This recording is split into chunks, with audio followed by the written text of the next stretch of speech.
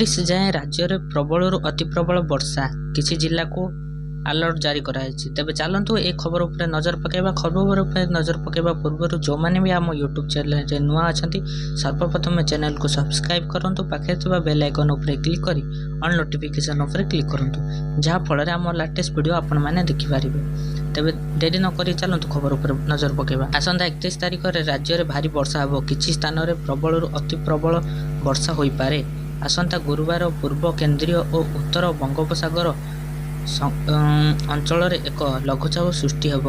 ଏହା ପ୍ରଭାବରେ ଆସନ୍ତା 4 ଦିନ ରାଜ୍ୟରେ ପ୍ରବଳରୁ ଅତି ପ୍ରବଳ ବର୍ଷା ହେବ ବୋଲି ପାଣିପାଗ ବିଭାଗ ସୂଚନା ଦେଇଛନ୍ତି। ଜାତୀୟ ପାଣିପାଗ ବିଭାଗ IMD ଆକଳନ କରିଛି ଉତ୍ତର ପଶ୍ଚିମ ଝାଡ଼ଖଣ୍ଡ ଓ ପାର୍ଶ୍ୱବର୍ତ୍ତୀ ଅଞ୍ଚଳରେ ଲଘୁଚାପ ସୃଷ୍ଟି ହେବ।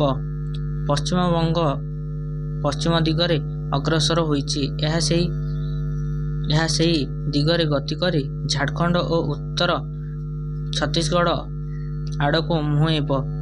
21 ତାରିଖରେ ପୂର୍ବ କେନ୍ଦ୍ରୀୟ ବଙ୍ଗୋପସାଗରରେ ଆଉ ଏକ ଲଘୁଚାପ ସୃଷ୍ଟି ହେବ। 2 ଦିନରେ ଏହା ପଶ୍ଚିମ ଓ ଉତ୍ତର ପଶ୍ଚିମ ଦିଗରେ ମୁହାଁଇବା ସହ ଦକ୍ଷିଣ ଓଡ଼ିଶା ଏବଂ ଉତ୍ତର ଆନ୍ଧ୍ର ଉପକୂଳରେ ପହଞ୍ଚିବ। ଏହା ପ୍ରଭାବରେ ଓଡ଼ିଶାର ପ୍ରବଳ ବର୍ଷା ସମ୍ଭାବନା ଅଛି। 28 ତାରିଖ କେଉଁଝର, ମୟୂରଭଞ୍ଜ, କୋରାପୁଟ, ମାଲକାନଗିରି, ରାୟଗଡ଼ା, ଗଜପତି ଓ ଗଞ୍ଜାମ ପ୍ରବଳ ବର୍ଷା ହୋଇପାରେ। କିଛି ସ୍ଥାନରେ 70ରୁ 110 ମିଲିମିଟର ପର୍ଯ୍ୟନ୍ତ ବର୍ଷା ସମ୍ଭାବନା ଅଛି। ବାଲେଶ୍ୱର, ଭଦ୍ରକ, ଯାଜପୁର, କେନ୍ଦ୍ରାପଡ଼ା, କଟକ, ଜଗତସିଂହପୁର, ପୁରୀ, ଖୋର୍ଦ୍ଧା ଓ ନୟାଗଡ଼ରେ ଘଡ଼ଘଡ଼ି ସହିତ ବର୍ଷା ସମ୍ଭାବନା ଅଛି। 29 ତାରିଖରେ ମାଲକାନଗିରି, କୋରାପୁଟ, ନବରଙ୍ଗପୁର ଓ ରାୟଗଡ଼ା କିଛି ସ୍ଥାନରେ ପ୍ରବଳରୁ ଅତି ପ୍ରବଳ ବର୍ଷା ହୋଇପାରେ। ଏଥିପାଇଁ ପାଣିପାଗ ବିଭାଗ ପକ୍ଷରୁ ଅରେଞ୍ଜ ସତର୍କ ଜାରି କରାଯାଇଛି।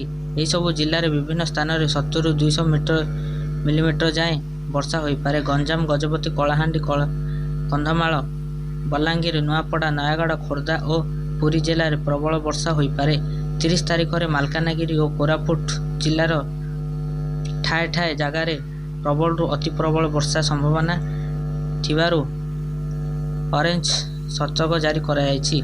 ସେହିଭଳି ନବରଙ୍ଗପୁର, କଳାହାଣ୍ଡି, ରାୟଗଡ଼ା ଜିଲ୍ଲାକୁ ପ୍ରବଳ ବର୍ଷା ହୋଇପାରେ। କିଛି ସ୍ଥାନରେ 70ରୁ 200 ମିଲିମିଟର ବର୍ଷା ସମ୍ଭାବନା ଅଛି। 31 ତାରିଖରେ ନବରଙ୍ଗପୁର, ମାଲକାନଗିରି ଓ କୋରାପୁଟରେ ପ୍ରବଳରୁ ଅତି ପ୍ରବଳ ବର୍ଷା ହୋଇପାରେ ବୋଲି ପାଣିପାଗ ବିଭାଗ ଆକଳନ କରିଛି।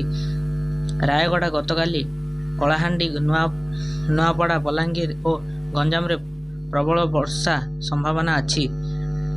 ଆଗକୁ ରାଜ୍ୟରେ ଲଘୁଚାପ ପ୍ରଭାବ ଥିବାରୁ 30-31 ତାରିଖ ସମୁଦ୍ର ଭିତରକୁ ନ ଯିବାକୁ ମତ୍ସ୍ୟଜୀବୀଙ୍କୁ ପରାମର୍ଶ ଦିଆଯାଇଛି। ଏନେଇ ସ୍ୱତନ୍ତ୍ର ରିଲିଫ କମିଶନ SIC ନିର୍ଦ୍ଦେଶନା ଜାରି କରିଛନ୍ତି। ବିଭିନ୍ନ ସ୍ଥାନରେ ପ୍ରବଳ ବର୍ଷା ସମ୍ଭାବନା ଥିବାରୁ ତଳିଆ ଅଞ୍ଚଳରେ ଜଳବନ୍ଦୀ ସ୍ଥିତି ସୃଷ୍ଟି ହୋଇପାରେ। ସହରାଞ୍ଚଳରୁ ଜଳ ନିଷ୍କାସନ ପାଇଁ ପ୍ରସ୍ତୁତ କରିବାକୁ SIC ନିର୍ଦ୍ଦେଶ ଦେଇଛନ୍ତି। Bureau report, Vijayalakshmi news.